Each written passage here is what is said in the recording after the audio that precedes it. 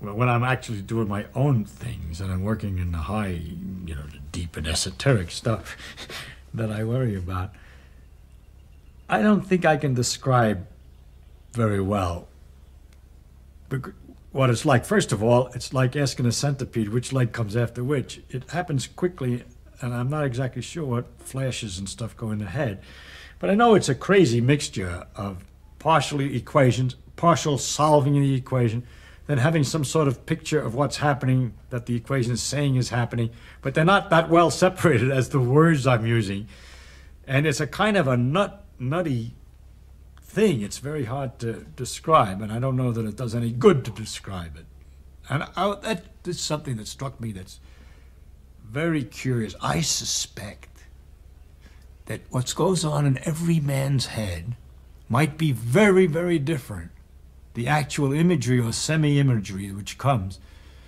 And that when we're talking to each other at these high and complicated levels, and we think we're speaking very well, and we're communicating, but what we're really doing is having some kind of big translation scheme going on for translating what this fellow says into our images, which are very different. I found that out because at the very lowest level, I won't go into the details, but I got interested in, well, I was doing some experiments, and I was trying to figure out something about our time sense. And so what I would do is I would count, trying to count to a minute. Actually, say I'd count to 48, and it would be 1 minute. So I'd calibrate myself, and I would count a minute and 48, think I was counting seconds, but it's close enough. And then it turns out if you repeat that, you can do very accurately. When you get to 48 or 47 or 49, not far off, you're very close to a minute. And I would try to find out what affected that time sense and whether I could do anything at the same time as I was counting. And I found that I could do many things. I could, there were some things that not. For example, I had great difficulty. I was in the university. I had to get my laundry ready. And I was putting the socks out, and I had to make a list how many socks, and it was something like 6 or 8 socks, and I couldn't count them because the counting machine was being used, and I couldn't count them until I found out I could put them in a pattern and recognize the number. And so I learned a way after practicing by which I could go down the lines of type in newspapers and see them in groups 3, 3, 3, 1, that's a group of 10, 3, 3, 3, 1, without saying the numbers, just seeing the groupings.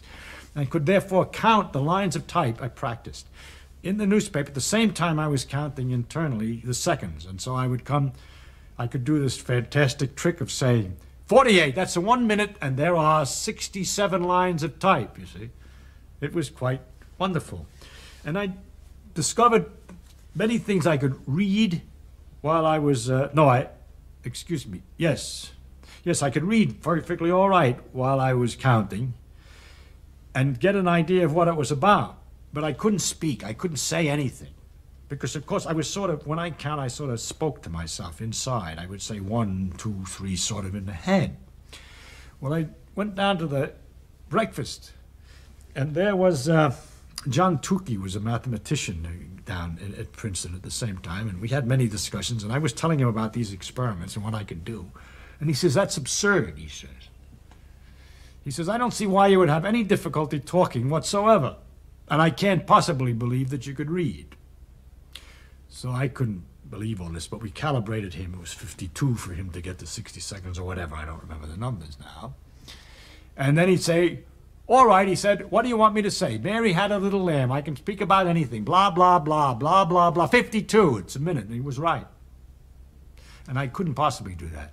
And he wanted me to read because he couldn't believe it. And then we compared notes, and it turned out that when he thought of counting, what he did inside his head when he counted was he saw a tape with numbers that when clink, clink, clink, the tape would change with the numbers printed on it, he could see. Well, since it's sort of an optical system that he's using and not voice, he could speak as much as he wanted. But if he had to read, then he couldn't look at his clock. Whereas for me, it was the other way. And that's where I discovered, at least in this very simple operation of counting, the great difference in what goes on in the head when people think they're doing the same thing. And so it struck me, therefore, if that's already true at the most elementary level, that when we learn the mathematics and the Bessel functions and the exponentials and the electric fields and all these things, that the imageries and method by which we're storing it all and the way we think about it could be really, if we could get into each other's heads, entirely different. And in fact, why somebody sometimes has a great deal of difficulty understanding a point which you see as obvious, and vice versa, it may be because it's a little hard to translate what you just said into his particular framework and so on. Now I'm talking like a psychologist, and you know I know nothing about this.